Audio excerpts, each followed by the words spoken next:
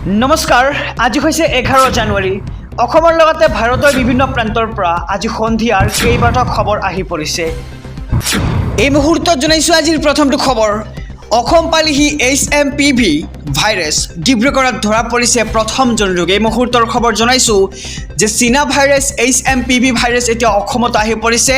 অসমত ধৰা পৰিল HMPV আক্ৰান্ত প্ৰথমজন ৰোগী ডিব্ৰুগড়ত 10মহীয়া শিশুৰ দেহত ধৰা পৰিছে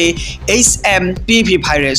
আক্ৰান্ত শিশুটিক ভৰ্তি কৰা হৈছে AMCHত আৰু HMPV আক্ৰান্ত শিশুটিৰ ঘৰ হৈছে লখিমপুৰত আৰু কিদৰে শিশুটিৰ দেহৰে বিয়পিলে এই মাৰাত্মক ভাইৰাছ এয়া এতিয়া প্ৰশ্ন উত্থাপিত হৈছে শিশুটিৰ অভিভাৱক বা শিশুটিৰ ভ্ৰমণ ইতিহাস লাভ কৰা নাই স্বাস্থ্য বিভাগে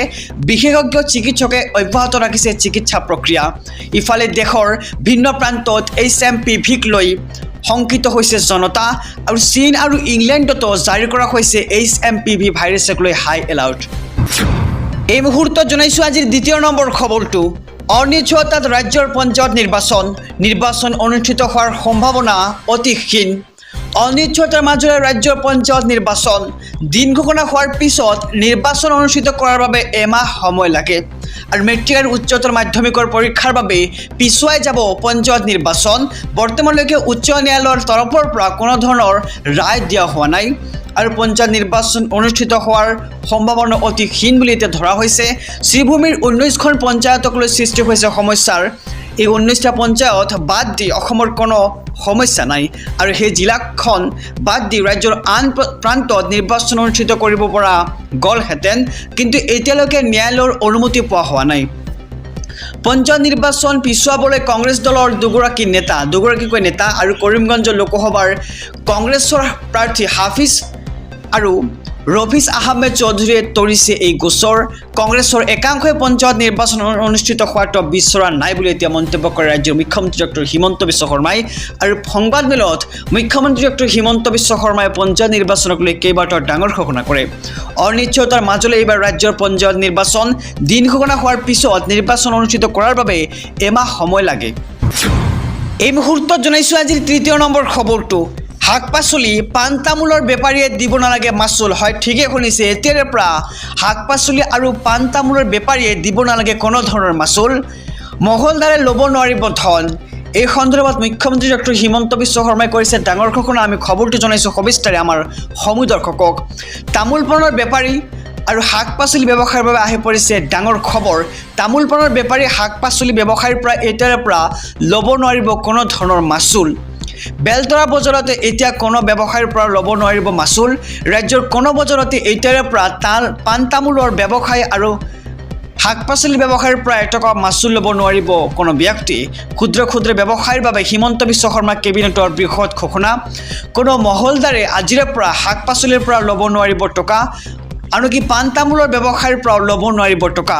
বেলতৰা বজাৰৰ বাবে একেই নিয়ম আৰু বিনামূলীয়াকৈ ব্যৱসায় কৰিব পাৰিব ক্ষুদ্ৰ ব্যৱসায়ীসকলে পাণ তামোলৰ বেপাৰীৰ লগতে শাক পাচলি ব্যৱসায়ৰ বাবে আহি পৰিছে ভাল খবৰ যে পাণ তামোলৰ বেপাৰী আৰু শাক পাচলি ব্যৱসায়ৰ বাবে এতিয়াৰে পৰা মাচুল কিন্তু একেবাৰে বিনামূলীয়া অৰ্থাৎ কোনো ব্যক্তিয়ে তেওঁলোকৰ পৰা কিন্তু মাচুল ল'ব নোৱাৰিব আহিছে পৰৱৰ্তী খবৰ মাজলৈ এটি ভাল খবৰ অংগনবাড়ী কৰ্মী সহায়িকাৰ বাবে আহি পৰিছে ভাল খবৰ তেওঁলোকৰ বাবে মুকলি কৰা হৈছে কেইবাটাও বিশেষ পদ আৰু অহা 24 জানুৱাৰীৰ ভিতৰত কৰিব লাগিব আবেদন কেনেকৈ কৰিব আবেদন আমি সবিশেষ জনাই যাম আৰু কি পদৰ বাবে আপোনালোকে আবেদন কৰিব পাৰিব ৰাজ্যত মুকলি হৈছে অংগনবাড়ী কৰ্মী সহায়িকাৰ পদ 39টা পদ পূৰণৰ বাবে চৰকাৰে মুকলি কৰিছে বিশেষ বিজ্ঞাপন অহা 24 জানুৱাৰীৰ ভিতৰত কৰিব লাগিব আপুনি আবেদন চাকৰি লাভৰ বাবে ক'ত কেনেকৈ কৰিব আবেদন আমি সবিশেষ জনাই যাম চাকৰি প্ৰাৰ্থীক লাগিব কি যোগ্যতা প্ৰাৰ্থীৰ বয়স হ'ব লাগিব 18 বছৰৰ পৰা 40 বছৰৰ ভিতৰত আৰু নিৰ্ধাৰিত জৰীপ এলেকাৰ অন্তৰ্গত স্থানীয় মহিলাই কৰিব পাৰিব আবেদন মেট্ৰিক উত্তীৰ্ণ প্ৰাৰ্থীয়ে কৰিব পাৰিব আবেদন আৰু ইয়াৰ উপৰিও প্ৰয়োজন সাপেক্ষে নৱম শ্ৰেণীৰ উত্তীৰ্ণসকলেও কৰিব পাৰিব আবেদন আৰু প্ৰাৰ্থীয়ে দাখিল কৰিব লাগিব স্থায়ী বাসিন্দাৰ প্ৰমাণপত্ৰ শিক্ষাগত অৰ্হতাৰ চাৰ্টিফিকেটৰ সৈতে গাঁঠি দিব লাগিব মাৰ্কশ্বিট বয়সৰ প্ৰমাণপত্ৰ মেডিকেল চাৰ্টিফিকেট আধাৰ কাৰ্ড জাতিগত প্ৰমাণপত্ৰ পাছপোৰ্ট ফটো গাঁঠি দিব লাগিব আবেদন পত্ৰৰ লগত আৰু মাজুলী সংঘত শিশু উন্নয়ন প্ৰকল্পৰ কাৰ্যালয়ত অফলাইনত কৰিব লাগিব আবেদন আৰু ৰাজ্যত মুকলি কৰা হৈছে অংগনবাড়ী কৰ্মী আৰু সহায়িকাৰ পদ। আহিছোঁ পৰৱৰ্তী খবৰৰ মাজলৈ। উচ্চতম ন্যায়ালয়ৰ ডাঙৰ মন্তব্য, শিক্ষাৰ বাবে পিতৃ মাতৃৰ পৰা ধন লোৱাৰ অধিকাৰ আছে কন্যাৰ। শিক্ষাৰ খৰচৰ বাবে পিতৃ মাতৃৰ পৰা ধন লোৱাৰ অধিকাৰ আছে এতিয়া কন্যাৰ। কন্যা সন্তানক পঢ়াৰ খৰচ পিতৃ মাতৃয়ে দিয়াটো বাধ্যতামূলক। এই মন্তব্য আগবঢ়াইছে দেশৰ সৰ্বোচ্চ ন্যায়ালয়ে। আৰু কন্যাই পঢ়িব বিচাৰিলে ধন দিব লাগিব পিতৃ মাতৃয়ে। আৰু এক গোচৰ সন্দৰ্ভত এই মন্তব্য দিয়ে বিচাৰপীঠে। আৰু ন্যায়াধীশ সূৰ্যকান্ত আৰু ন্যায়াধীশ উজ্জ্বল ভূঞাৰ বিচাৰপীঠে দিয়ে এই ৰায়। আৰু কন্যাৰ পঢ়াৰ ক্ষেত্ৰত খৰচ বহন কৰাটো পিতৃ মাতৃৰ এক দায়িত্ব বুলি এতিয়া উল্লেখ কৰা হৈছে। আৰু কন্যা সন্তানে পঢ়া জাৰি ৰখাটো এক মৌলিক অধিকাৰ। আৰু উপাৰ্জনৰ সীমাৰ ভিতৰত থাকি পিতৃ মাতৃয়ে পঢ়াৰ বাবে খৰচ দিব লাগিব কন্যাক। আৰু শিক্ষাৰ খৰচৰ বাবে পিতৃ মাতৃৰ পৰা ধন লোৱাৰ অধিকাৰ আছে এতিয়া কন্যাৰ। কন্যা সন্তানক পঢ়াৰ খৰচ পিতৃ মাতৃয়ে দিয়াটো বাধ্যতামূলক। মহিলা আত্মসহায়ক গোটলৈ ভাল খবৰ মুখ্যমন্ত্ৰী ডক্টৰ হিমন্ত বিশ্ব শৰ্মাৰ। এই মাহৰ ভিতৰতে লাখপতি বাইদেউসকলে পাব ধন। মহিলা আত্মসহায়ক গোটলৈ ভাল খবৰ দিলে মুখ্যমন্ত্ৰী ডক্টৰ হিমন্ত বিশ্ব শৰ্মাই। মাঘ বিহুৰ পিছতে মহিলাসকলে লাভ কৰিব লাখপতি বাইদেউ আঁচনিৰ ধন। আৰু প্ৰথম পৰ্যায়ত লাভ কৰিব 10,000 টকা, দ্বিতীয় পৰ্যায়ত 25,000 আৰু তৃতীয় পৰ্যায়ত লাভ কৰিব 50,000 টকা।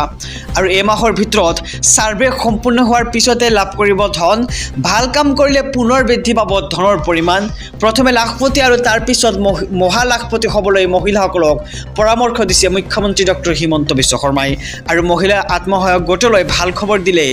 মুখ্যমন্ত্ৰীগৰাকীয়ে। আৰু মাঘ বিহুৰ পিছতে মহিলাসকলে লাভ কৰিবলৈ সক্ষম হ'ব লাখপতিৰ ধন। আৰু প্ৰথম পৰ্যায়ত 10,000, দ্বিতীয় পৰ্যায়ত 25,000 আৰু তৃতীয় পৰ্যায়ত লাভ কৰিব 50,000 টকা।